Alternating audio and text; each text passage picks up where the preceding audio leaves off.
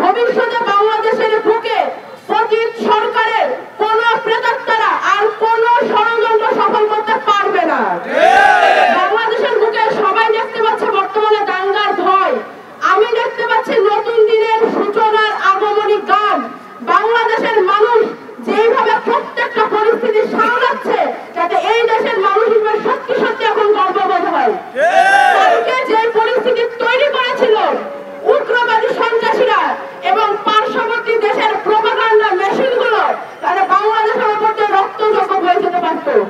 সরকারের উদ্দেশ্যে বলতে চাই, নাগরিক তার দায়িত্ব পালন করছে, এবার সময় এসেছে আপনারা আপনাদের দায়িত্ব পালন করুন। আমরা 5ই আগস্টের পর যে শপথ নিয়েছিলাম যে দেশ গঠনের শেষ রক্তবিন্দু দিয়ে পর্যন্ত একতা সংহতি বজায় রাখবো, দায়িত্ব পালন করবো, আমরা তা করছি। আপনাদেরকে বসানো হয়েছে জনগণের দায়িত্ব পালন করার জন্য। আপনারা যদি না করতে পারেন আপনাদেরকেও জবাবদিহিতা দিতে হবে। এবার জবাব দেওয়ার জন্য প্রস্তুত হন। পতিত সরকারের যত কুলাঙ্গার প্রেতাত্মারা এখন পর্যন্ত প্রশাসনকে কাজ করতে দিচ্ছে না, আমাদের সময় আমাদের ফোন ট্র্যাক করে করে খুঁজে বের করে ছাত্রনেতাদের জেলে পড়া হতো। সেই তদন্ত বাহিনী এখন কই? সেই ডিজিএফআই এখন কই? সেই সমস্ত মেকানিজম এখন কোথায়? এখন কেন আমাদের গোয়েন্দা বিভাগ কাজ করছে না?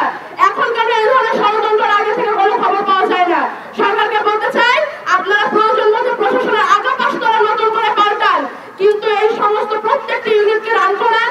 পুলিশকে কাজ করতে হবে, ডিবিকে কাজ করতে হবে, ডিজিএফআইকে কাজ করতে হবে, আর্মিকে কাজ করতে হবে। প্রত্যেকে তার তার দায়িত্ব পালন করতে হবে, কারণ আমরা আমাদের দায়িত্ব পালন করে দেখিয়ে দিয়েছি। বাংলাদেশের মানুষ, আমরা যখন 5ই আগস্টের পরে যখন নতুন বাংলাদেশের স্বপ্ন দেখা শুরু করলাম, আমরা তখন বলেছিলাম যে বাংলাদেশের বুকে আজ থেকে মাইনরিটি শব্দটি উঠে গেল। সংখ্যাগুরু সংখ্যালঘু বলে আর কিছু থাকবে না। এই জুলাই বিপ্লব যতটা আবু সাইদের ছিল, ততটাই হৃদয় তরুয়ার ছিল। এই জুলাই বিপ্লব যতটা নাগনা জেলার মাদ্রাসা ছাত্রের ছিল, রিক্সা চালকের ছিল, ততটাই বাবার কোলে খেলতে থাকা রিয়া গবেরও ছিল।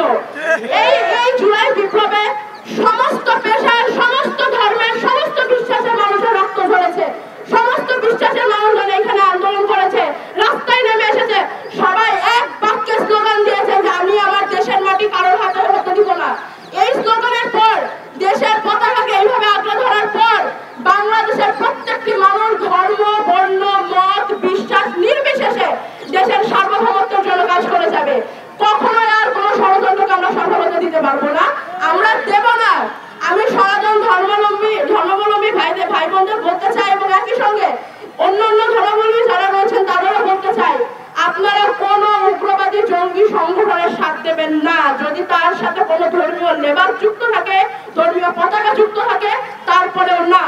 আমরা যখন আইএসআই, আল কায়েদার মতো জঙ্গি সংগঠনগুলোর বিরুদ্ধে কথা বলি, মৌলবাদীদের বিরুদ্ধে কথা বলি, তখন একই সাথে ভারতের হিন্দুত্ববাদী রাজনীতির প্রভাব যেন বাংলাদেশে না পড়ে, সেই জন্য আমরা কথা বলবো। যে কোনো ধরনের উগ্রবাদ মানেই জঙ্গি। জঙ্গি কোনো লেবাসে হয় না, জঙ্গি কোনো বক্তব্যে হয় না, জঙ্গি হয় মননে, জঙ্গি হয় বিশ্বাসে, জঙ্গি হয় চিন্তায় এবং কর্মে। যারা উগ্রবাদী কাজকর্ম করবে বাংলাদেশের বুকে, তারাই জঙ্গি। আর মিডিয়ার ভাইরা আমার সামনে উপস্থিত আছেন, আমি আপনাদের বলতে চাই, আপনাদের একটি শব্দ এদিক ওদিক করা, একটি বিরাম চিহ্ন এদিক ওদিক করার মাধ্যমে আপনারা ন্যারেটিভ পাল্টিয়ে দিতে পারেন। আমি না বলতে চাই, গতকাল থেকে ডেইলি স্টার এবং সময় টিভিকে আমি এই ধরনের কার্যক্রম